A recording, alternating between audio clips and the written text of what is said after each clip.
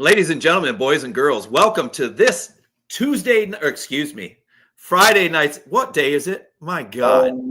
Sunday. Sunday. It is Sunday. Forgive me, guys. It's been a long few days. Welcome to this edition of Bull Blitz Uncut on this wonderful Sunday evening. My name's Booga Peters. I'm your host. I'm joined by my co-host, 80 Simons across the pond. 80, how you feeling tonight? And tell us a little bit about what's going on over there in the good old murky London. Yeah, cold. I'm about 60 miles west of London. And it's just, Okay. Summer's now over. It's cold. It's wet. It's miserable. Yeah, it's England. Yeah, we're getting to the cooler temperatures here. We were sitting in the 90s for a while in Michigan here in the U.S., but the last few days it's been a high of 67, 70 tops, and it's been absolutely beautiful. One thing that isn't absolutely beautiful in our opinions would happen to be the roster construction of the 2025-26 Chargers. But what 80 and I are going to do is we're going to quickly kind of go through position group by position group. I'll ask 80 a couple questions about what he feels about each group, and then we'll kind of just keep rolling. For all of you who are tuned in, feel free to leave comments. We love to include our fans into the show. We know you're few and far between, but for those of you who don't know who I am, they will come. Not you, Bert. Not you, Bert Grossman. I didn't mean you will come, because I know better than to say that to you. Let's get right to the roster right now, 80. We're going to go ahead and talk about the quarterback position. Obviously, $52.5 million man per season, Justin Herbert, number 10. He's going to be handling the reins of this offense as one of the premier signal callers in the league. Top 5, top 7, argue with your mama about it. I'm not worried about it. Let's talk more about the backup position. Though we had Taylor Heineke here last year, and he did compete in camp, it looks like Trey Lance obviously has clearly won the job. You and I kind of agree with the fact that it might have made a little more sense to possibly trade Lance because you could garner more in a trade with Lance than you could for a Heineke, but they just cut Heineke outright. How do you feel about the backup position with Trey Lance taking over, and should they have tried to get something for Taylor Heineke in trade? Yeah, I mean, let's be honest. If 10 goes down, no matter how you look at it, if 10 goes down, we're in trouble. Going back to like trade stuff, we don't have any comp picks this year, so like getting rid of Trey Lance, trading him away, you could probably have got a nice little haul for it, given what he was showing during the preseason. I am surprised we're only going with 2 on the active roster with DJ Uiagalelei on the nice squad. Yeah, I mean, it would be nice to keep Heineke around, but he didn't look like the same guy. No, and we don't want to harp on it too long, but what we've talked about a lot, during this offseason is we all hoped within the Bold Blitz group chat, we all hoped that Trey Lance would win the job. But that being said, we kind of just figured that, hey, if you are going to lose Herbert and you do need somebody to come in, the season's kind of lost a little bit anyways. I don't believe that the Chargers and Jim Harbaugh and Greg Roman feel that way about Trey Lance, actually, though, with him being the backup. I do think that him being named QB2 is because they do think that he is more than good enough to come in there. And let's say Herbert does miss 3 games, or there's a weird stretch where he's a little banged up late in the season and they need to put him in. I think they feel really confident in Trey Lance. Though I probably would have tried to trade him. I understand why they kept him. And I'll say this, I don't remember the last time the Chargers had a quarterback where I did really feel comfortable about. Let's say Herbert does miss a half a game. Let's say he goes out at the end of the second quarter. I don't remember last time I looked at a Chargers backup quarterback and thought, hey, there's a good chance he can go in and win the game since Billy Volek. I mean, don't even bring up clipboard Jesus to me. Charlie White, he was going to win you a game. Although he did Duke Seattle, didn't he? But you feel comfortable with that? You like that there are 2 quarterbacks on the roster and then DJ Uiagalelei on the practice squad? I mean, if he's staying, fine with it. But I would rather him get extended. He's only in the contract for this year. Give him a couple more years. Lock him down, because after this year, we're going to have to do this all over again. Find another QB. Well, and he's still only 25 years old. Yeah. And given what he did in the preseason, his value right now is pretty high. If you're not going to be able to trade him, extend it. Give him 2 more years. Give him 2 more years. I mean, at least then you've got the position locked down and you're not having to go into the next draft trying to find a guy. Or if you do resign him at the end of the year, his market value is going to be so much higher because of what he did in the preseason. Every GM, if he does become available onto the market, everybody's going to want him. There's always going to be a QB needy team out there that's going to want him. So we'll end it on this, 80, right here. So here's my thought process and kind of my thinking on that. So prior to even having Lance even come in a game, my thought process would be that if I'm Joe Ortiz, I'm trying to sign him to a multiple year deal now. Don't wait for him to perform well. Don't wait for he's needed, because we all know what that price tag does at that point. It just keeps going up. Yeah, just get him locked down for another 2-3 years on top of him, and then you've got him scored away for the next 3-4 years. Throw some escalators in there in case he has to play, some performance incentives, and see how it goes from there. Overall, I'd say that we're pretty happy with the quarterback situation, especially with number 10 under center. But let's move to running backs. The Triple H backfield that Bolt Blitz Uncut broke as the nickname for the backfield several days before other people tried to claim it. And that's okay. We're not afraid. We're not worried. We appreciate you, and we understand that you've got to do what you got to do, but we just do it better. Let's talk about that Triple H backfield. I'm going to start with a guy that was my favorite player in the entire draft class, and that's obviously Omarion Hampton, running back out of UNC. Ecstatic that he's a Charger, though 80 is not as high on him as I am. I know that you can appreciate what he brings to this offense, and we were talking pre-show. I'm going to tell the fans out there a little bit about how Harbaugh runs his running back by committee and how percentage-wise RB1, RB2, and so forth kind of gets their carries divvied out throughout the year. Yeah, so RB1 is typically only going to get 50% of the carries. Harbaugh likes to run 3-4 backs. He did it when he was in San Francisco. We did it in Michigan. The last couple of years, he's ran around 49-50% for RB1. RB2's in the sort of like 25 to 35% of the range, and then so on and so forth, right down to your QB getting a few percentage here and there. But your feature back only gets half of the actual snaps. So when you say that, are you trying to tell fans, as much as we, and myself included, as much as we love the Omarion Hampton pick, maybe should folks quell their expectations for a big 1,000-yard season? Yeah, don't sit there expecting to get 1,200 yards. I think a lot more of a conservative guess would be somewhere in the 600 to 800 yards. Which would be fine, right? It's fine. It's nothing bad. I mean, you're getting 50% of the snaps. It's not like where other teams where they're if you've got an every down back like Derrick Henry, where you're getting like 70 to 80% of everything and going for 1,000+ yards. It's not going to be that. Harbaugh's always ran running back by committee, even back to the San Francisco days with Perrine and Gore and so on. Gore, Frank Gore, well, phenomenal back, very underrated. He doesn't have this high value for the running back position. It's just like a couple of shots, get you off, keep everybody fresh. So I'm very surprised that they actually used the first-round draft pick on the guy. But he's ours for the next 4 years. Okay, cool. We'll roll with it. But yeah, don't expect him to go back from 1,200 yards, because in reality, 50% that is generally how he makes up his snap counts. Then Najee Harris, the next guy, will probably get in the 25 to 35% range, and then Haskins will go probably 10-15%. I would have liked to have seen 4 backs in there, but Oh, we're about to get to that too. I want to touch on the Najee thing. Over in the San Diego Charger Lovers Facebook page, and also on the Bolt Blitz Uncut Facebook pages, a lot of people are talking about, Najee, and they hadn't seen photos of him with both of his eyes open, or whether or not he even had 2 eyes anymore. I'm here to confirm via the team's official team photo that Najee Harris has 2 eyes. They both open. It looks real to me. I hope it is. And if it's not, we'll figure it out from there. But speaking of Najee, I want to do this too for the fans out there that maybe got a little too excited about the acquisition of Najee Harris from the Steelers in free agency, but also the ones that are kind of poo-pooing the move a little bit too much. Najee is who he is. He, other than trying to blow his eye up out of his ocular cavity, he's a very healthy player. He doesn't miss games. He's a over 1,000-yard back each of the last 4 seasons since he came into the league.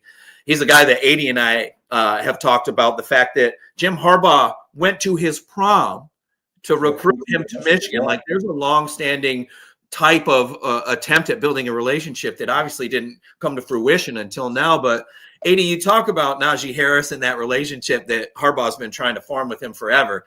Not only is Najee going to be a big contributor to this team, he's probably somebody that Harbaugh's going to lean on, don't you think?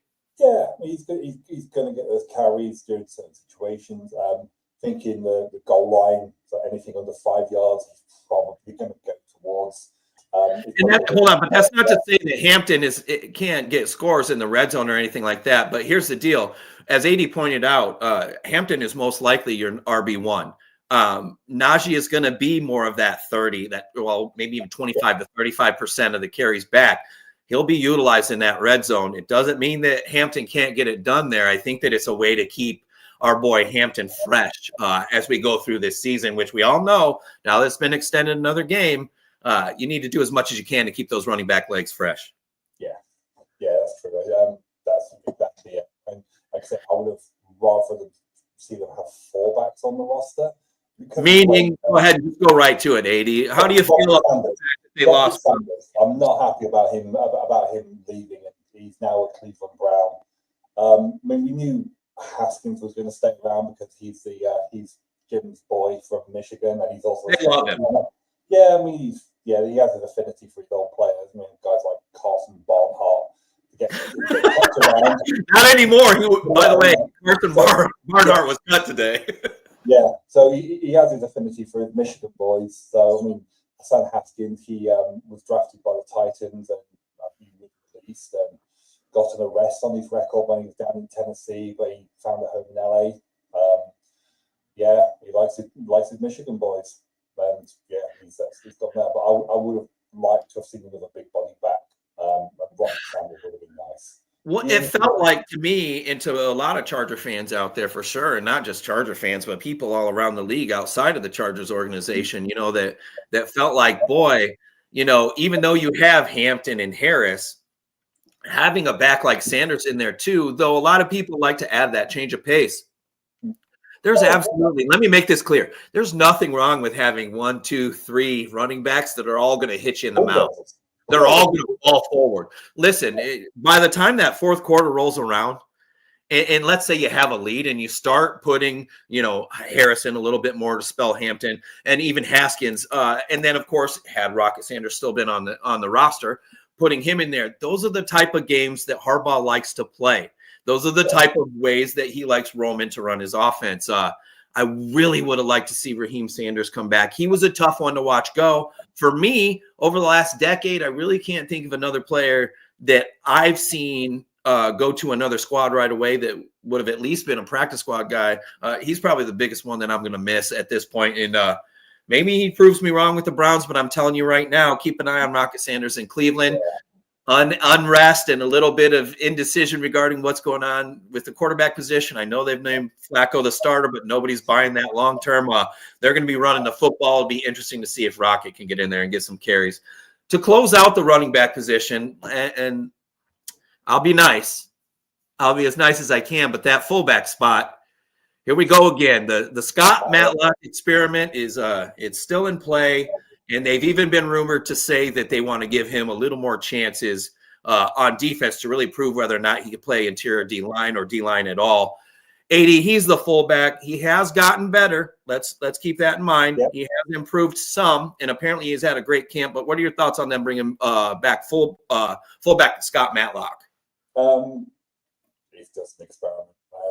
Fullbacks are 10 a penny. It's like I have no feelings either way for it. As long as he doesn't fumble anything, then most improved right. He's an extra body. He's a blocker. He's going to have dual role. So he's going to be dual role with the defensive line as well. So he's in there as a two-way player. So he has that positional versatility that they talk about. They love it. Yeah. If you can play more than one position and you have that level of versatility, it makes you more valuable. So yeah, fullback, D tackle, like seventh D tackle in a pinch. That's probably. And that will be what it is. We'll get to the D line in a little bit, but it's not like Matlock's going to crack the lineup to get plays on defense too easily because they really like what they have in Tierra Tart. They love Deshaun Hand. They like Naquan Jones. They drafted Jamari Caldwell early. I mean, those guys are going to get some time. So the Matlock thing, I understand the fascination with having that big 300-pound fullback a la Patrick Ricard in Baltimore. How about he knows how to block first? Do we have to constantly do this learning on the job? If you're going to employ a fullback and use one of the 53-man roster spots for a fullback, I really hope in the future that Jim Harbaugh and Greg Roman can find a way to find a guy that's, I don't know, done it before. Yeah. I mean, they didn't even bring a guy into camp at fullback. Not at all. There was no competition for him whatsoever. No competition. I mean, they even bought a guy in at long snapper. And Lovato. But they didn't bring in an extra fullback, so they knew from the start that Scott Matlock. So whether he stays beyond his rookie contract, it doesn't matter. I mean, you can find fullbacks. Absolutely. If something like Ricard comes up, or Ustek or something like that, and will they make a move towards them? It'd be nice to see. But I think the Scott Matlock. In an O-line centric building, you would think that adding a mobile blocker would be something that Greg Roman and Jim Harbaugh would just be preaching to the top of, or at the top of every mountain out there. But here we are with Scott Matlock at fullback. Let me say this. I'm not sitting here trying to rip on Matlock overall. I have yet to see him hit players from another team this season. So forgive me if I'm being too critical. That being said, I have not seen anything that would lead me to believe that he's going to be overly successful as a fullback. I don't know that he showed anything as a defensive lineman that really merits him getting a lot of snaps over the guys that are in there. You know, they brought back Tart for a reason.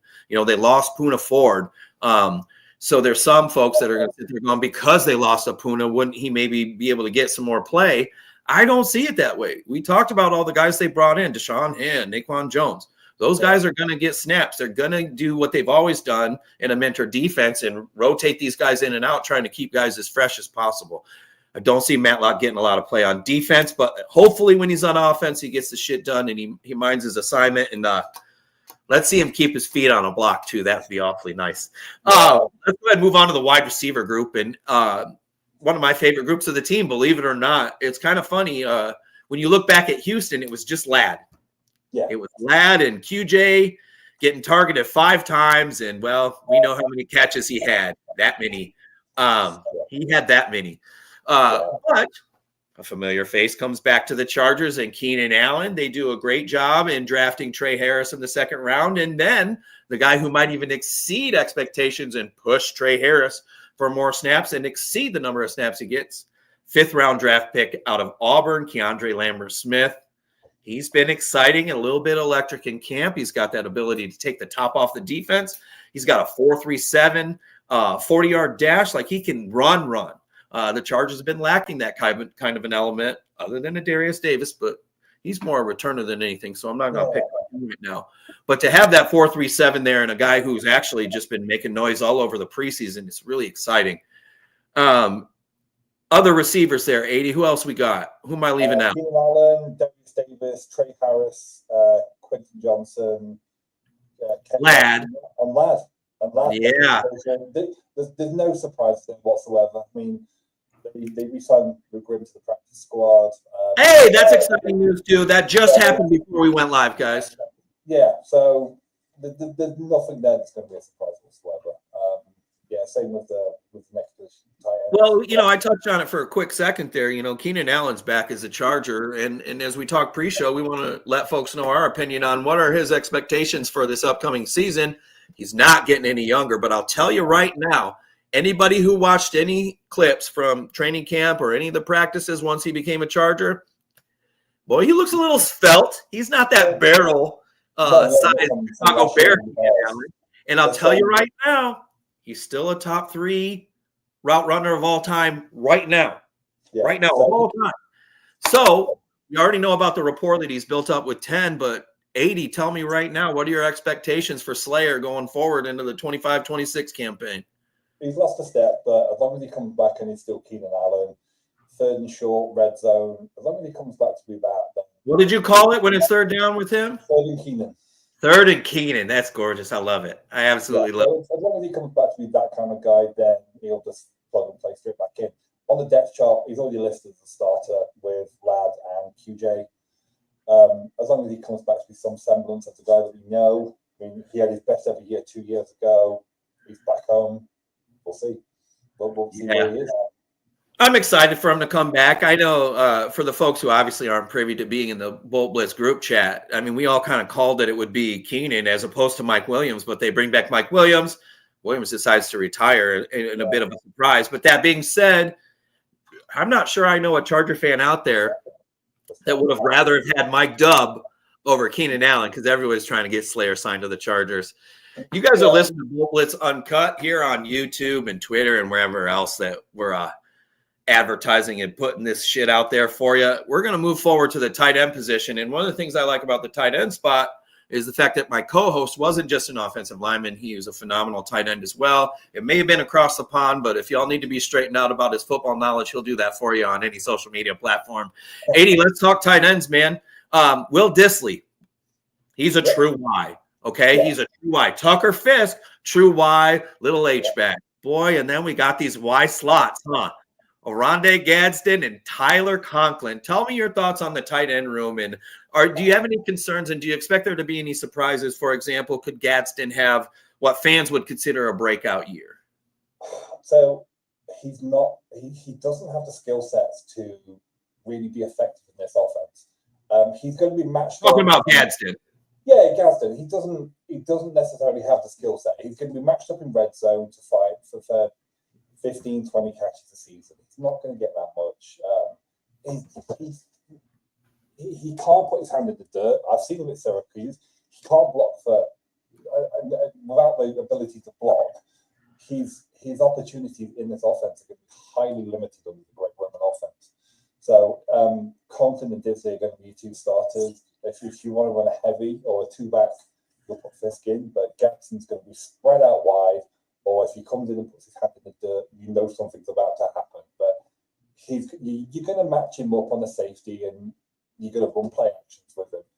Well, honestly, as many times as they're going to put a safety or a linebacker on Gadsden, I actually like his route running ability enough to actually get some shit done.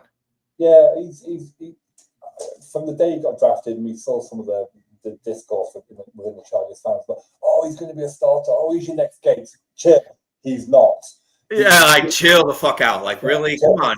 He's just like no. He's a 6'5" former wide receiver who's had two major injuries on his lower legs, and people aren't talking enough about that too. And I really need people to understand, like you and I do.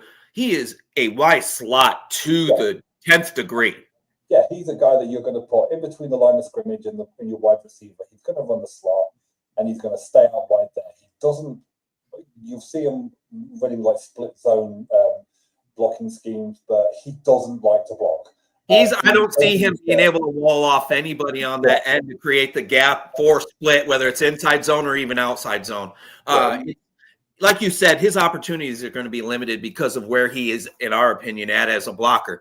We're not here to say he can't improve or he'll never be able to block at all. That being said, I don't see it in the cards. He's not there now. I mean, we know a couple of people that have been at camp every day.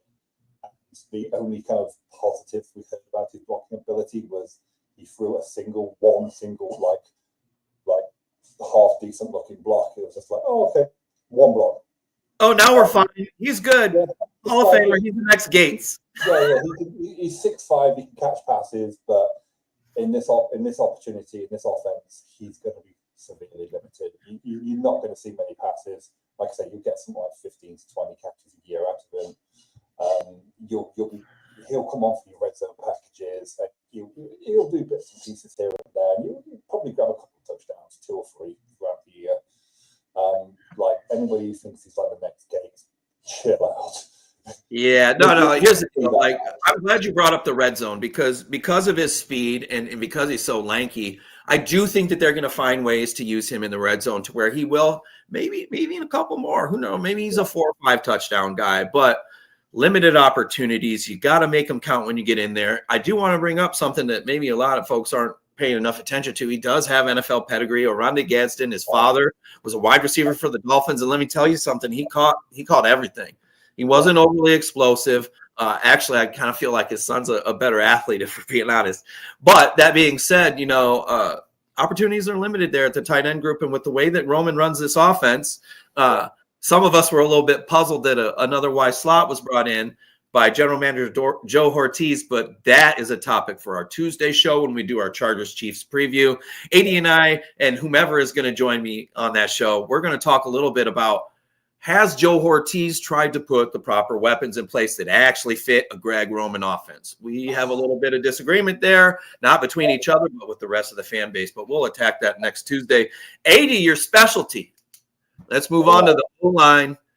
The Chargers, talk about the most Charger thing I've heard in a long time, but we were expecting something of this ilk to pop up.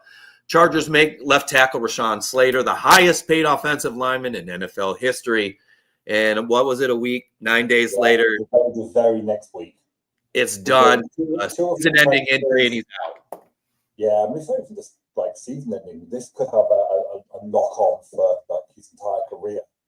This is probably the worst injury as a tackle you can have.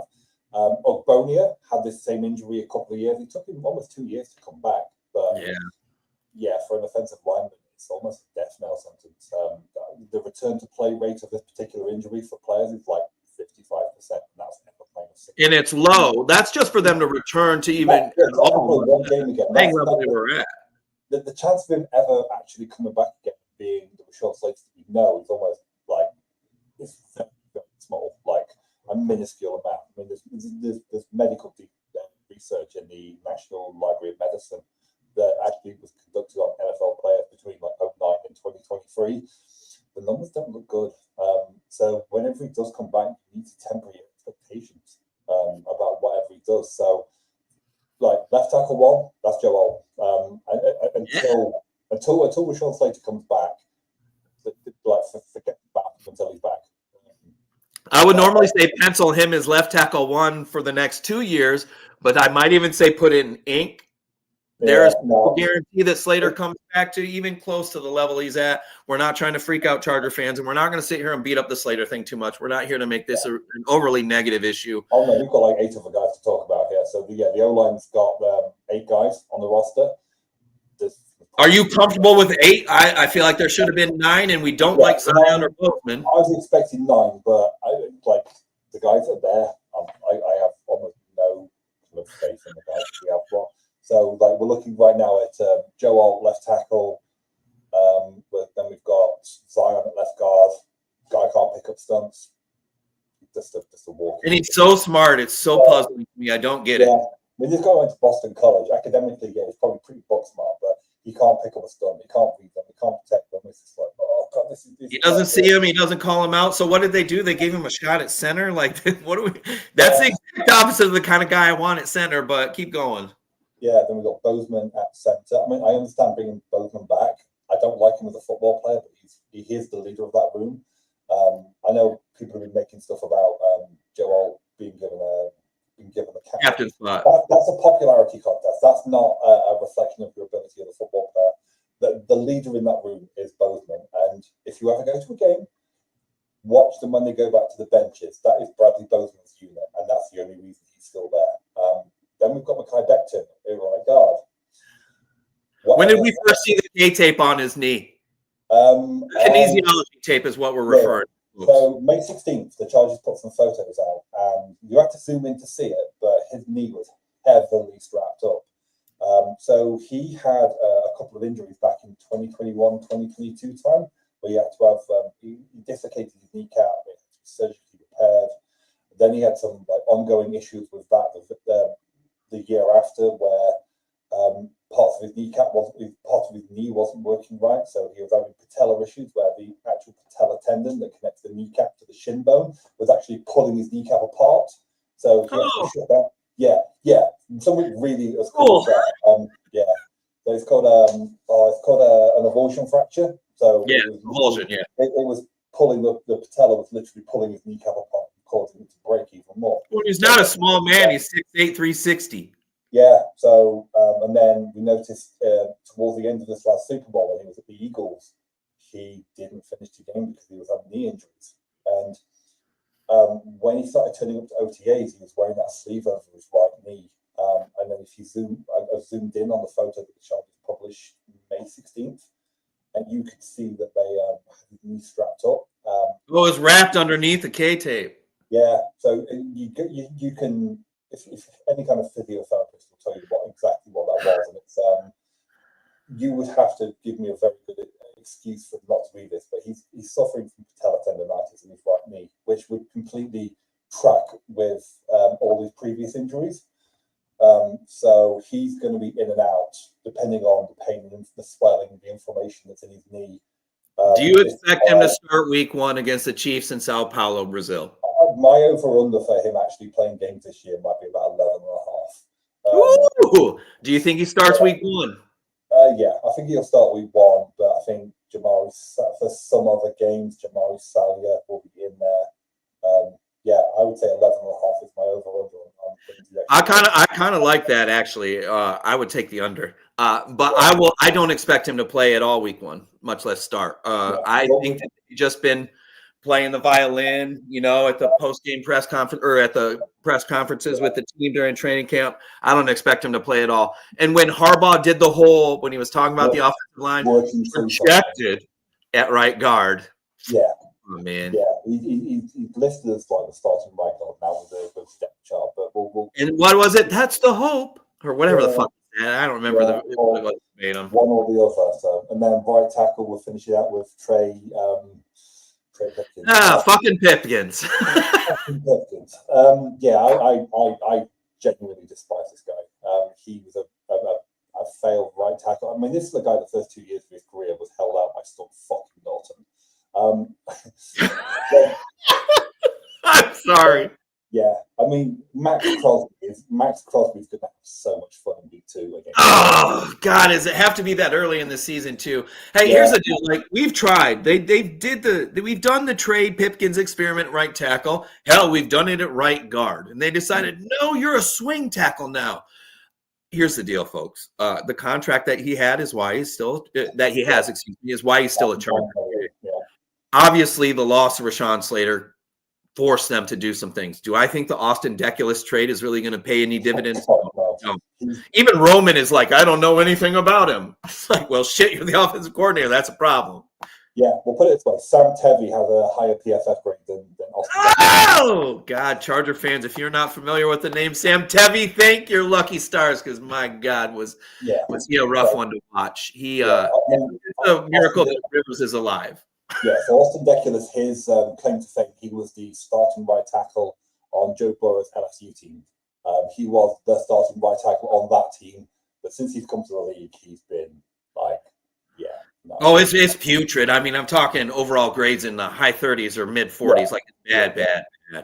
So obviously, we're not going to expect a lot out of Deculus. The offensive line terrifies us. This is fun. If you had to pick one of these 3. And I'm not going to include Salyer, by the way. But if you had to pick one of these 3 to really let down the fan base worse than the others, will it be Zion, Bozeman, or fucking Pipkins?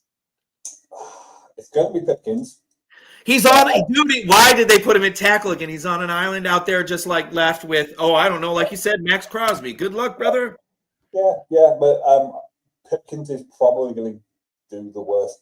But I think fans will probably go at Bozeman because. Why wouldn't you go at the interior? They can't diagnose or call out a stunt.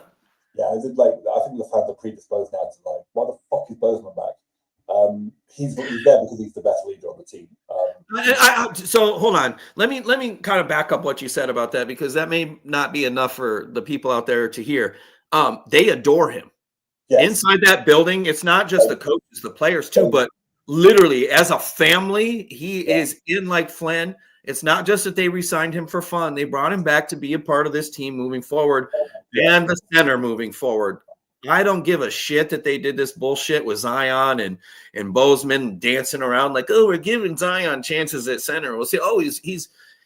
He's acquitted himself well, as Harbaugh would say. Like, okay, he acquitted himself so well that you guys didn't give him hardly shit after the one preseason game at center. And I don't like the dog and pony show, and I understand that there's some marksmanship that comes to the way that you land your stuff as a head coach and not giving away the recipe, if you will. But man, competitors welcome. O-line centric building, and we've got Zion Johnson, Bradley Bozeman, Jamari Salyer, and Trey Pipkins protecting number 10 again. And if it weren't for Joe Alt, my God, this is a 4 or 5 win team. Yeah. But yeah, do you have so let's say this. Let's set an over-under on games played for Justin Herbert due to the inadequacies of the offensive line. I'll set the over-under played at 12.5 games. Over-under. I think you'll play the full 17. Nice. Unless it looks like we are absolutely out. Yeah. Yeah. Well, then they might just decide to shut him down because you've always got a chance with 10, and if you put the backup in, you could get a much better position. If you start playing if you start shutting them down. But yeah, I have zero faith in this offensive line whatsoever. And I don't think I'll be using my word saying that. Yeah, I mean, here's the deal. It's what they've got for now. The Chargers still have a little over, I think it's $27 million in salary cap room. Forgive me if that's not exact. I believe we're pretty close there. So they do have the opportunity to make moves, but here's the deal. How many offensive line talented teams, so to speak, are sitting there going, who can we trade away on our offensive line to the Chargers? Yeah, doesn't offensive linemen, starting offensive linemen. They are not just around anymore. It's late August. Tomorrow is September 1st, folks. There's not a lot of, it's very slim pickings, basically. Yeah, it would have to be a trade for somebody.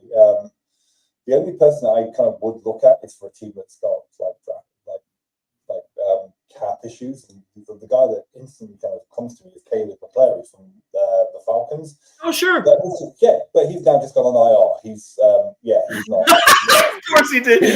So I think this is what we've got. I don't see anybody else. I mean, the left guard out from the Eagles, who we did put in a trade. Trevor Keenan, former Michigan Wolverine. Yeah, he was awarded to the Cowboys, so he's going to be their left guard. The Chargers did put in a claim. They weren't in the proper place for the waiver order, so they did try to get like 20. So we got like the lower priority. So there's not really a lot going on, but only having 8 on the O-line, I'd like to see one more, but there's a couple of positions that we'll talk about a little bit later that are a little bit bloated compared to say. Yeah. Well, and I'm so glad you brought it up that way because it'll leave a little wiggle room for sure. I am not comfortable with only 8 offensive linemen on the roster on game day to protect Justin Herbert. Not with the fact that these guys leave a lot to be desired, whether it's run blocking or pass blocking. Let's move to that defensive line real quick, and we'll keep the show rolling. We've talked about them a little bit. Tierre Tart, Jamari Caldwell, Naquan Jones, Deshaun Hand, Justin Boygby. I mean, the D-line, they're running 6. Yeah, that feels like a little bit too much to me. I mean, you've got Tart. They're all D tackles or noses. Yeah. I mean, they're all D tackles because they're running this, like, for some reason, they're showing their formation of like 3-4. I don't expect them to play too much of that. So I'd expect them to have like 2 on the field with them running nickel packages. We seem to have our starting 3 on paper is all Tennessee Titans backups.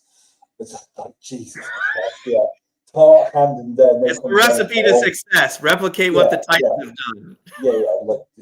All of Tennessee Titans backups, all 3 last starters. So don't like it. I mean, I like Caldwell. I mean, I don't like a Boygby. He was barely active last year. He was a 4th rounder. He was barely active. I think he played a couple of games, but if you're drafting like a 4th rounder, you want him to at least play a little bit. Well, in the injury background, he had 80, like major neck issues, neck surgery. Like it was a big problem. Yeah, I mean, you come from Bama. There aren't that many kind of like, even your offensive line guys, your interior O-line guys, not many of them really go on to do much in the league. It's a frustrating pickup from them last year. But and losing Poona Ford isn't exactly something that Charger fans had in mind. When you saw that he signed for a little over $10 million to go play it literally in the same city, what were your thoughts? And did you think it was as big a deal as all the Charger fans out there did? he did really well. He was a real shining part of last season. It plugged up the gaps in the nose tackle. But yeah, we offered him. He took a better offer for the Rams. Move on. You can't really. It's not like you're losing. The rumor is he got a little less than $3 million more to play for the Rams. I mean, why wouldn't he? He didn't even have to move. Yeah, didn't have to move home. Place wherever he was at there. I'm sure he had something in LA that he was renting or leasing or something. And obviously he's a Ram now. But I'll say this: even though it is a bunch of backup defensive Tennessee Titan linemen, I do like Tierra Tart, and I'm excited to kind of see what he does. Deshaun Hand is one of those players you don't hear a lot about, but he's serviceable for sure. Naquan Jones is just a real big body, and even though we weren't too excited about the fact that they took defensive tackle Jamari Caldwell when they did in the draft, that being said, he flashed quite a bit during the preseason. He's a player that we both had mocked to the Chargers at different points after however many hundreds of mock drafts we shared in the group. But it's definitely a little bit of a concern. And does it feel a little heavy? Sure. I don't know that you need 6 guys in there, but that being said, they're doing what they need to do to keep that thing fresh. The player I left off was Otito Omonia, by the way. I don't know why I didn't bring him up. Right now as a starter. So yeah, right. Exactly. Yeah. So Jamari Caldwell, he's listed as third string right now. Yeah. So yeah, it's going to be Tart, Bonia, and I think it's Deshaun Hand. They're considered to be your base 3-4 starters. Okay.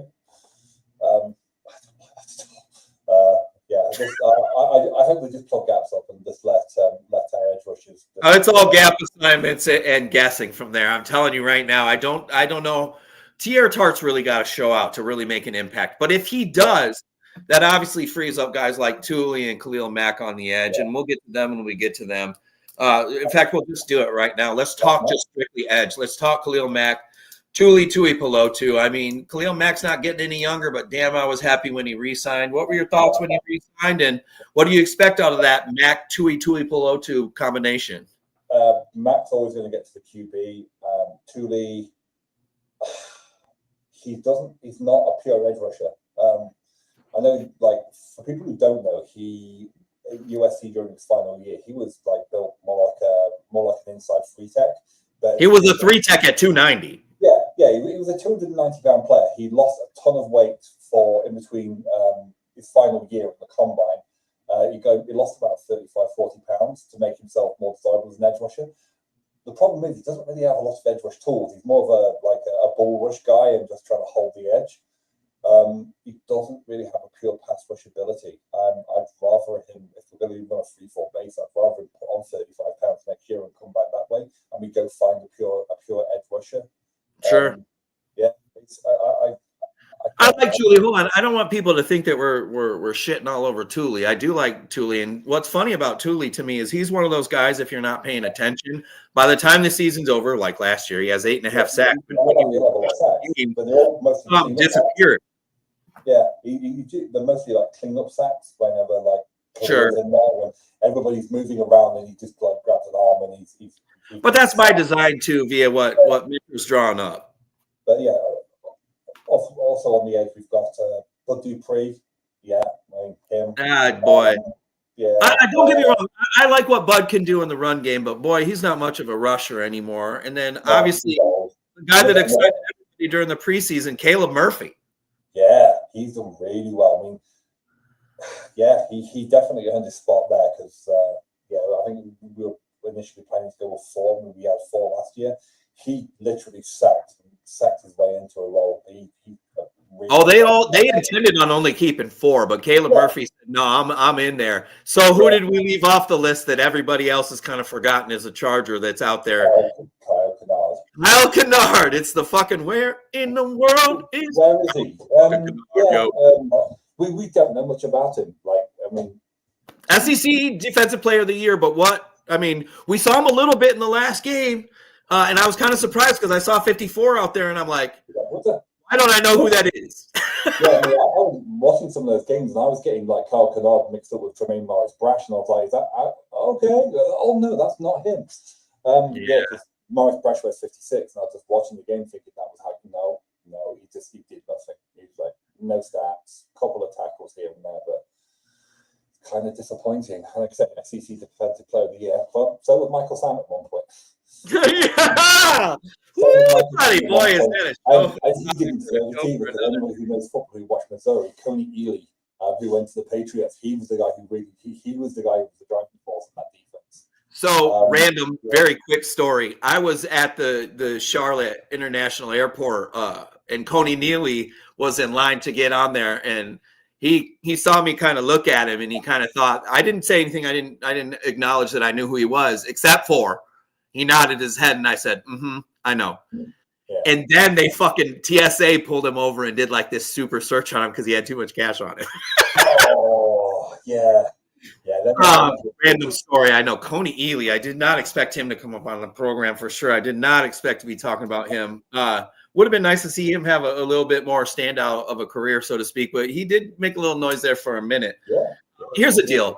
They took Kyle Kennard early enough to where they're going to give him chances and regular season games. We're all going to see whether or not he has what it takes at the NFL level, probably rather early on, because I expect with Khalil Mack's age being up there, the way that they employ Tuli Pelotu, I expect there to be a rotation like they do all along the defensive line. Not just with the interior, that includes the edge rushers as well. Inside linebackers. I know everybody and their dog is trying to compare our boy Deion Henley to Fred Warner. You and I have made it clear, pump your fucking brakes. That's ridiculous. But how good can Deion Henley be? And does he have the chance that everybody's talking about to possibly seize an all-pro spot? Yeah. He's a Pro Bowl last year. If he just carries on doing what he's doing, he's going to progress. He's doing really well this year in the mid defense. Yeah, he's got. It's entirely up to him. Give him the tools to do what he's doing, and he's going to take over. Well, he's the green dot. They're going to put him in position to make plays. Yeah, in coverage and his tackler coming downhill with Perriman next to him when Perriman's healthy. There isn't a lot of depth in that. I mean, there's a few bodies on that interior. Well, how do you feel about Troy Dye? I love Troy Dye. He could start for 20 other teams. Really good special teams player, but if you're like if somebody goes down, you have to put him in the middle of the field. He's like, But he's a really good special teams player. Remember when he filled in last year? He had an 18 tackle game when he came in there. So I mean, he's got the ability to make plays. Yeah, just not on a consistent level. I mean, yeah, sure. Yeah, I mean, if you're not going to want to count on him for a 17-game season. No, I mean, if Denzel Perriman goes down, would you feel comfortable putting? Or if Denzel Perriman retires tomorrow, would you want to put Troy Dye as your starter? Would you be comfortable with Troy Dye as your starting middle linebacker? No, you wouldn't be. He's a special team. I don't know. I might kick the tires on it at this point. I think he's exciting. I really like what he has to offer the team. That game is not the only thing I'm basing that off of, by the way, the 18 tackle game. I feel like he's done more than enough in coverage, and he's solid enough at diagnosing the run and getting there to where when help comes, he's gonna close and make the tackle. But let's do this, and I don't know how long we want to spend on this, but Junior Colson, he was placed on IR. Obviously, he's an inside linebacker, third-round pick of the Chargers from 2 years ago, and here we are, and he is on season-ending. Yeah, injured reserve. Imagine if for shoulder, but something that apparently it's shoulder surgery, but I don't know how much I buy that. I just don't think that he's ready, and they're just like, we're going to give you another red shirt here. Yeah, they're going to shut him down again for a year. Yeah, funny that this shoulder injury's like never been mentioned. Yeah, we know people ever until now the surgery happened. We know people like that are in the room and people that are watching from people that get into the bowl. We know people that are like nobody's mentioned this. He's just mysteriously injured now. All of a sudden, he needs surgery. It's a little bit too convenient where you can, you don't have to release him, but you can just shut him down, put him an IR for it. It's a red shirt here.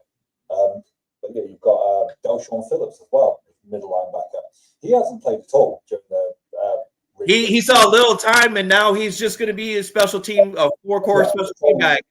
So Frickens actually said this. He said during one of the interviews towards the back end of the process, he said that Delshon Phillips was squared away. So we knew he was going to make 53 because he is a special team. He's essentially the replacement for Nick Neiman. Yeah, he is. Who's just been released. And then you've also got Marlo Wax. Who? Let's go. No, I love it. He's Yeah, he's been really good. He's been an absolute revelation.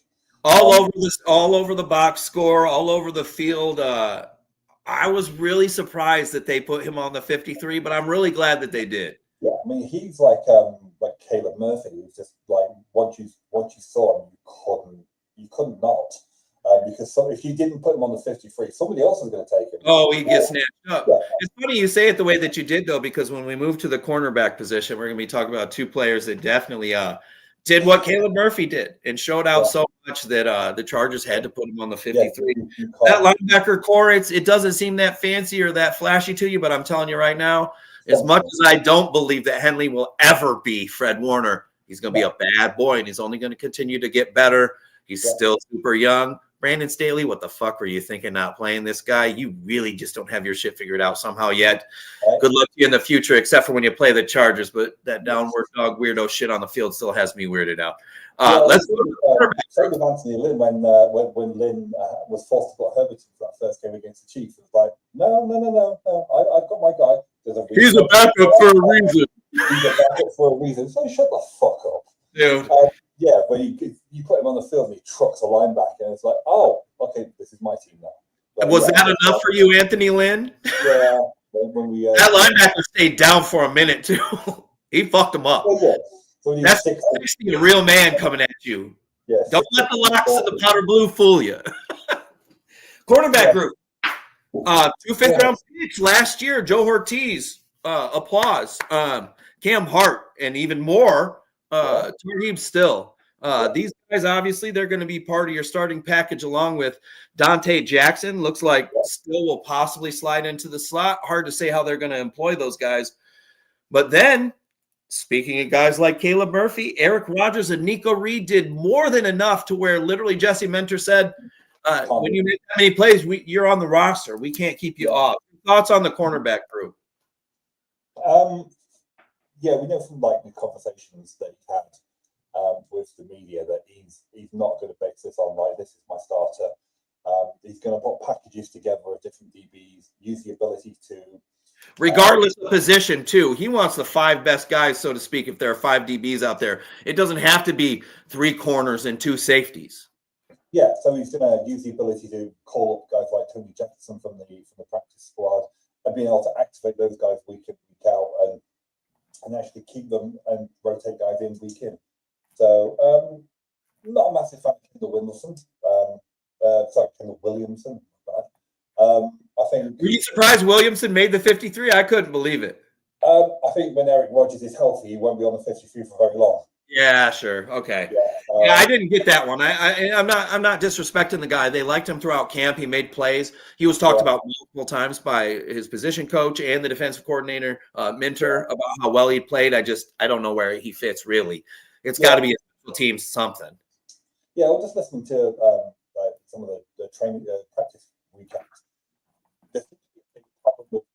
About the DB group as a whole, it's like very few people were stacking good practices together, so kind of nobody really had the hot hand. Like when Nico Reed, he had his like breakout game in the whole that big game. Yeah, then he was like the very next week he was practicing with the one. He went back to being very average. Then the following week with Eric Rodgers, he got hurt, but he's not stacking. He got hurt in the game where he had 2 picks. One was a pick 6, and boy did he break on that damn ball. Then he I think he twisted his ankle or something like that. He's been in the boot ever since. He's on IR now. He's in a Cam walking boot for folks out there that aren't real sure. It's something that you use for a lot of lower leg injuries. I've had one on several times. The 3 different times I've ruptured my Achilles. So it's normal. It's more precautionary than anything. And it's just to allow you to not flex that ankle in a way where you're putting pressure down as you take steps to where you can further nag that injury, if you will. Speaking of groups that I'm very comfortable with and that I like, the safety group. Led by Derwin James, even though he's a fancy nickel guy most of the time, boy, is he still one of the best safeties that the league has seen in a while. Behind him, you have Elijah Molden, who was in the yellow jersey there for a little bit, but he just re-upped with a contract. We prefer him. Bobliss prefers him over Alohi Gilman. Sorry, hashtag Alohi crew, but we are not on your side there. I do like Gilman coming back. I'm glad that he's a Charger for one more year, but that's as long as I expect it to be. Lapses in decision-making, breakdowns in coverage a lot of times last year had something to do with the way that Gilman was trying to set guys up on defense. And that's okay too. But that being said, elevating Molden the way that they have puts Jarwin in a position to where he can come down and play that star or nickel kind of position. And then you obviously have Gilman and Molden up top. RJ Mickens, the 7th-round safety out of Clemson, he made the cut on the 53 over the aforementioned Tony Jefferson, who did receive a spot on the practice squad. But when you look at that safety group, obviously there's Derwin. We expect Elijah Molden to make some plays, but any concerns behind him? And do you think that the safety room is pretty safe with the way that it's set up right now? If Freed's on the field, you'll be fine. Gilman had moments where he's off. You're going to get that a couple of times through the season where he's going to get beaten coverage. You know it's going to happen. I like Molden. I like Mickens.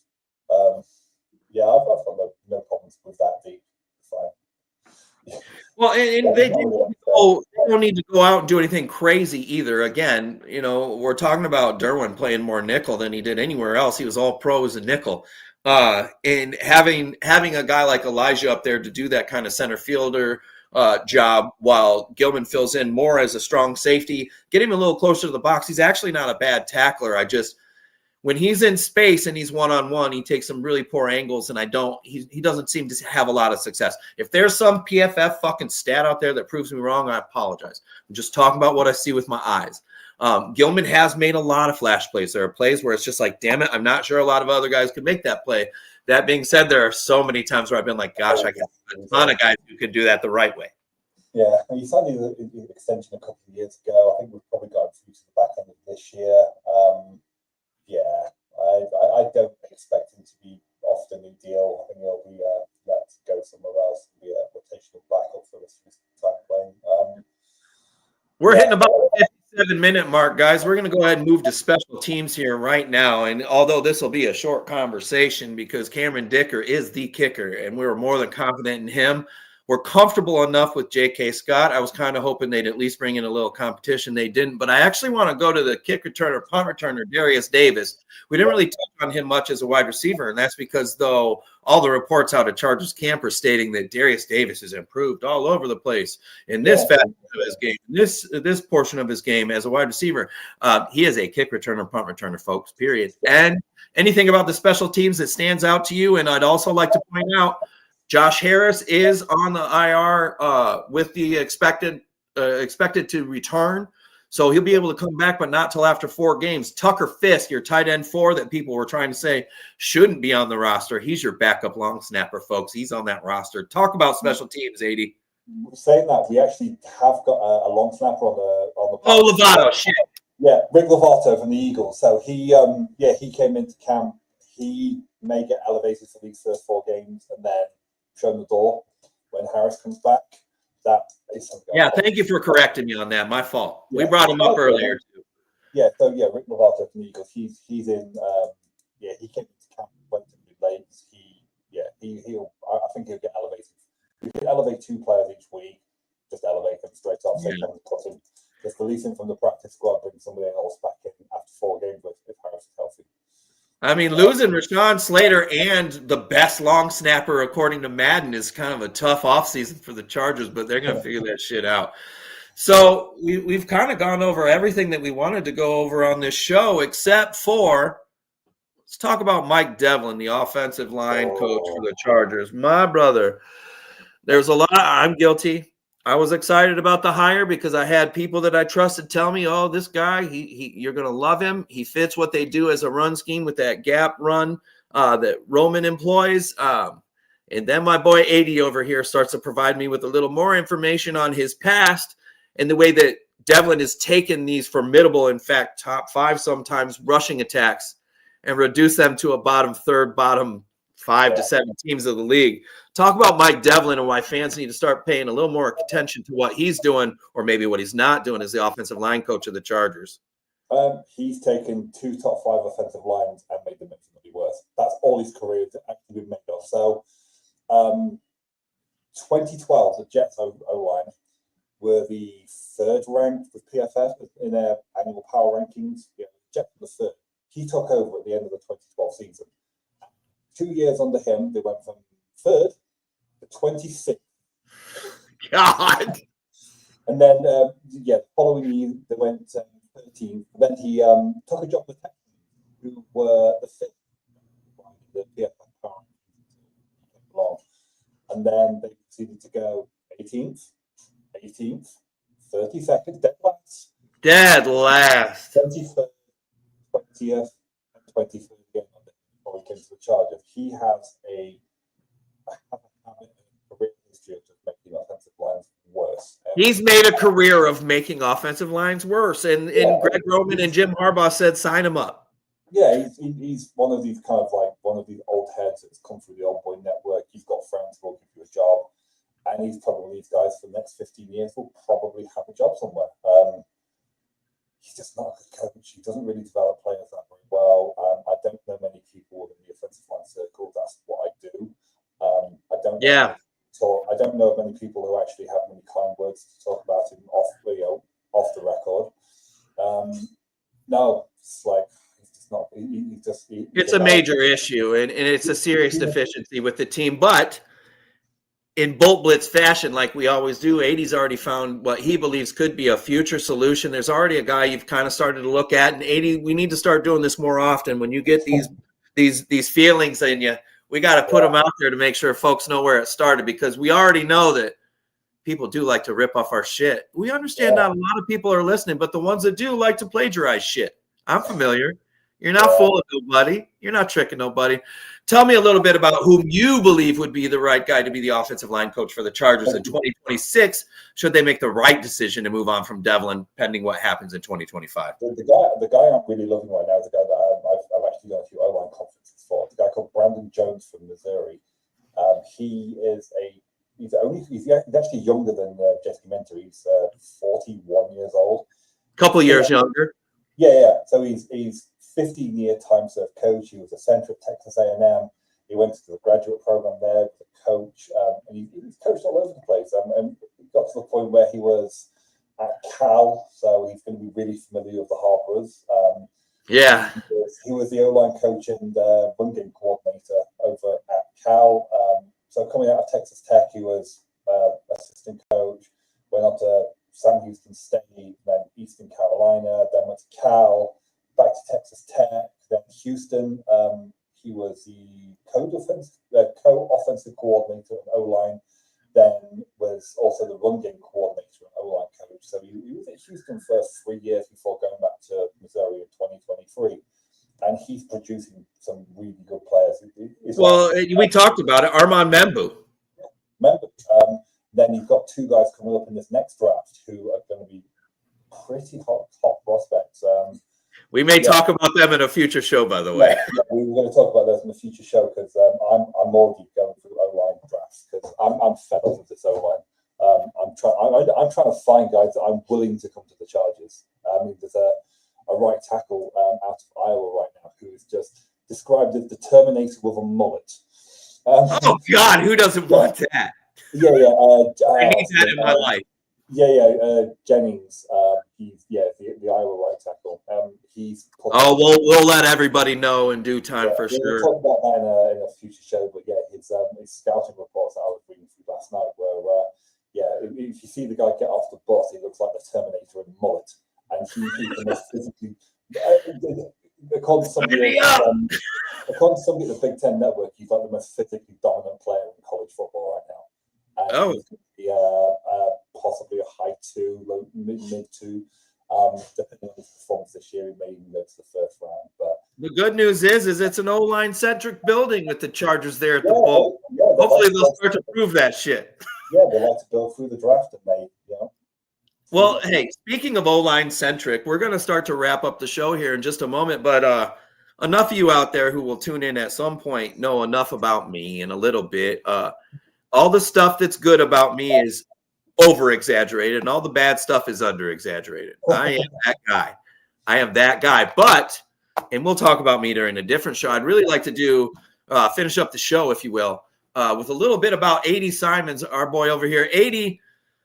I mean, let's do the Chargers fan perspective thing that I started with Beat 12 years ago. You know, you've been a Charger fan forever. Tell people how long you've been a Chargers fan. For those of you who don't know, he's about 60 miles from London, so he is across the pond over there. And let me tell you, he's 5 hours ahead of us, too. So it's about 11 p.m. his time, and he just shows up, gets it done, kicks ass, takes names. 80, talk about your Chargers fandom. When did it start, and what is it like for you to be a Charger fan overseas? Oh, it's hard, especially being a West Coast team. So you will get games which primetime games, they're going to finish at about 5:30 a.m. So, so I started my Chargers fandom in college. So I was a rugby player growing up because American football is a sort of sport you don't play. I wanted to play rugby, didn't have an opportunity to do so, and got involved with this rather large guy from Texas. Tapped me on the shoulder, gave the Texas A&M alum, inviting me to come down and play for the University of American football team. So I did that, and that's how my football journey began.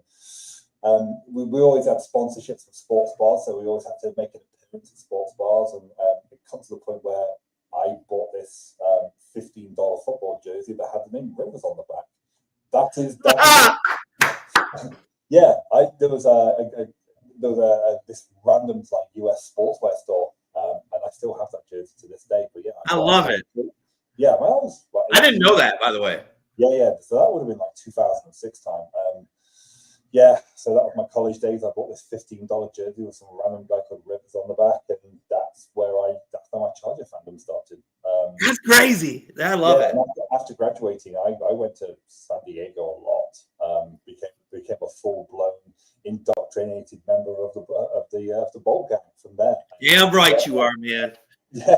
It only took me 12 fucking years to get you as my co-host. Boy, have I been trying. Yeah, 10, 12 years. But yeah, I've been traveling out pretty regular. Pretty much after I graduated, what we do was annual bonuses in August. By October, November, that pissed up the wall in beers. Anybody who knows San Diego pretty well know places like Preseason Pacers. Yeah, buddy, Preseason Pacers is hopping. Yeah. When those places were around, I was pretty well known. So yeah, I used to come out to San Diego. So for the folks at home who don't know this, one of the reasons that 80 is so well known is anytime somebody 6'11" walks in anywhere and has to duck through the doorway, it kind of catches the attention of the patrons. Yeah. So let's do the Chargers fandom thing. Who's your favorite Charger of all time, and who's your favorite Charger on the roster right now? All time, Antonio Gates. This was the first time I came into San Diego. He was there. I was watching him. It's one of the reasons why when I went back home to the UK, I actually signed up to play tight end for one of the local semi-pro teams. He's a big part of my football journey. And right now, Joe Alt. I love me some Joe Alt. I'd probably give a nod to Foster Sorrell as well. Anybody who knows me. Okay, so anybody who knows me knows how comfortable are you with him moving to left? Because I'm seeing fans freak out. Did everybody forget that he played left tackle at Notre Dame? Yeah, what are we doing? Yeah, Joe Alt is a left tackle. It'll probably take a couple of games. I mean, he has a lot of practice. He did the last week of last season at left tackle after playing all of right. It's just a case of getting that muscle memory. I am not. But it shows they planned on doing that kind of shit with him at some point. Yeah. I mean, they wouldn't have put him in there. They wouldn't have tried him out the way that they did if they didn't have to, or felt that they needed to for future purposes. I mean, the guy's a top 6 draft pick. He's a top 5 right tackle right now. Yeah, he's a good. So he's going to play left, but that's all right. We got somebody really serious there. He is the only part of this O-line. I am not worried. You think you're ever going to get your alt jersey in the mail? Yeah, so it should have been dispatched tomorrow, but I got an email saying it's been delayed by 2 weeks, so I am still waiting for it. So the gold one that's over Dave's shoulder, I ordered an alt 70. I ordered an alt 76, and then I ordered a custom one for my son. because he now wants to be an offensive lineman. Bear in mind, he's 3. He wants to be an offensive lineman. He's 3 years old, and he's also my height. He's 3 years old, and his Charger jersey is size 8. Oh my god, that's insane. So he wants to be an offensive lineman. Joe Alt is my favorite player. I love it, and I think it's a little bit fitting regarding your personal fandom there that he's going to be under the microscope more than he ever would have been had Slater stayed healthy. But I'm excited to see what he does at left tackle. I'm also excited to invite fans to our September giveaway month. And what we're going to do for September, folks, is myself, 80, and Kyle, our producer, we're doing a giveaway of 4 Chargers jerseys, the inversion jerseys, and then we're going to do 4 mini helmets that are over this shoulder. But what we're going to do in a kind of a unique way is I want everyone to have the month of September to do the things that we ask you to do. And then we'll put it all in writing on social media, whether it be Twitter, Instagram, Facebook. It'll all be out there. But it's just simply going to be follow me, at Booga Peter. Follow 80 Simons at 80 Simons. Follow at Student of the Game at THESOTG. And then follow the at Bolt Blitz Uncut. And yeah, we're going to ask you to subscribe and like the YouTube page because that's what we do. But we don't care if you get everything accomplished. We just want during the month of September, if you want to be eligible for our giveaway of 4 inversion jerseys and 4 mini helmets, we just want you to tune in or do something during the month of September that fits our rule distinctions. Like I said, we'll put them out there. This has been a little bit longer than I thought, but God damn it, I had a fucking wonderful time. 80, you found the time to make this happen on a Sunday. Again, he's over there about 60 miles from London, so we're creeping up on midnight here in about 49 minutes, and the guy's so dedicated, and he just wants to hang out with me so badly and talk football that he's going to take time away from his family and hang out with me and all you folks out there. I was happy to do it for you, mate. I wouldn't do it for anybody else. Hey, my ego needs no help, but boy, I'll take it. Guys, you've been listening to Bolt Blitz Uncut. We're on YouTube. We're on Twitter. Please give my co-host 80 Simons a follow everywhere. I promise you, if you really want to improve parts of your knowledge of the game, especially the offensive line, he drops nuggets all the time on his Twitter. He does especially on his Instagram, and he's getting better at both. But make sure you guys follow him at 80 Simons. You can follow me on all social medias at Booga Peters, BOOGAPETERS.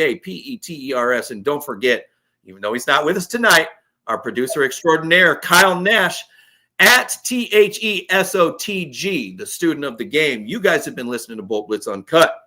I'm Booga Peters. That's 80 Simons. Who's got it better than us? Nobody. Peace out, y'all.